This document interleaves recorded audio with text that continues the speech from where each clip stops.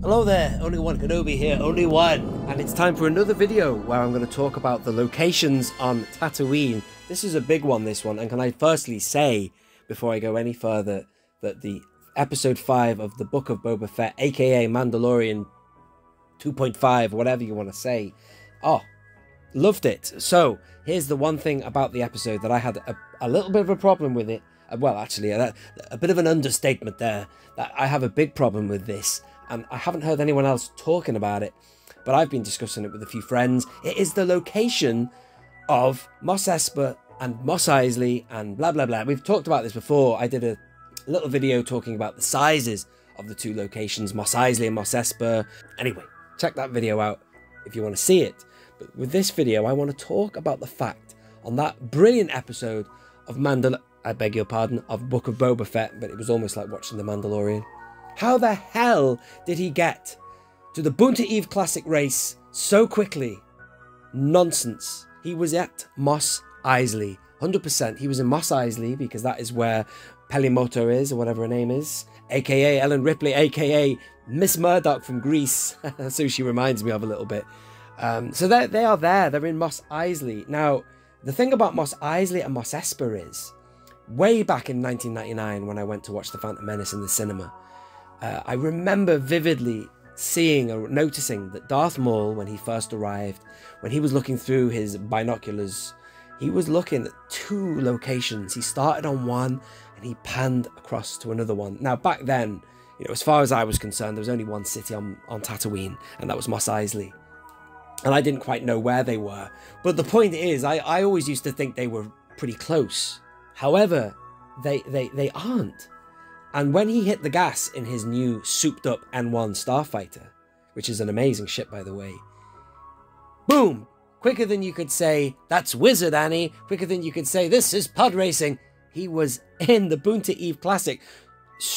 Part of the course, a very distinct part. He obviously went through a lot of it. He went through Beggar's Canyon and other areas, but he was in the Mushroom Mesa, which is what it's called, straight away. Now, I would have let them off, Disney Lucasfilm. I would have forgiven them or turned a blind eye or whatever, but the fact is that it literally, he starts out, he takes off, he flies over what is Mos Eisley effectively, and then boom, before you know it, he has left that city and he is in the Boonta Eve Classic. Now, had he left Mos Espa, that I would have no issue with that, because everybody knows that the grand arena of Mos Espa, which is the starting grid of the Boonta Eve Classic, is in Mos Espa.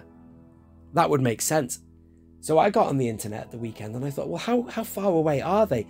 Was it Mos Eisley that Darth Maul was looking at? Are they literally neighborhood cities? No, they are not.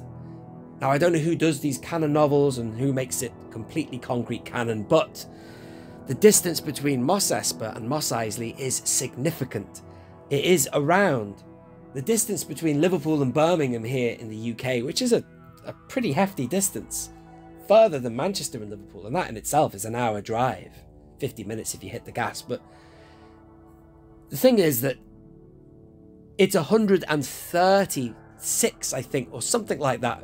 Forgive me if I'm wrong, I have done the research, I've got the screen grabs to back it up, but it's over 130 kilometers, which is over 80 miles.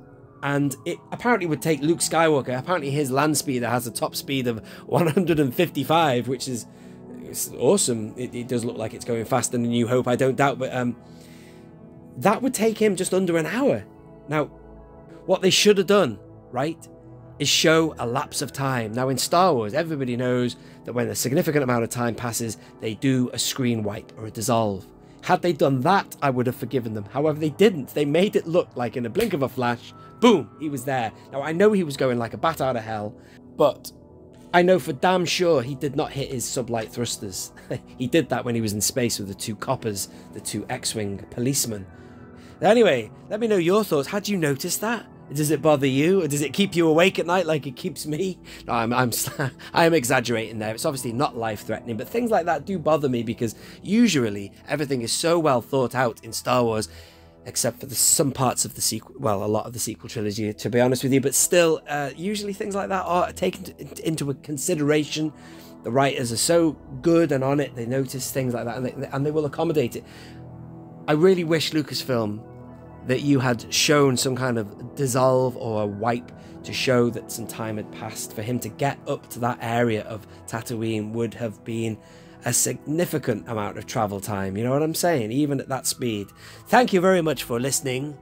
I hope you have enjoyed the video and it makes sense. This is a new series of mine called Star Wars Facts and Figures, where I like to show off a few things in my collection as well as talking about some things in Star Wars. So thank you very much for listening. Do subscribe if you are new around here. I have been Only One Kenobi.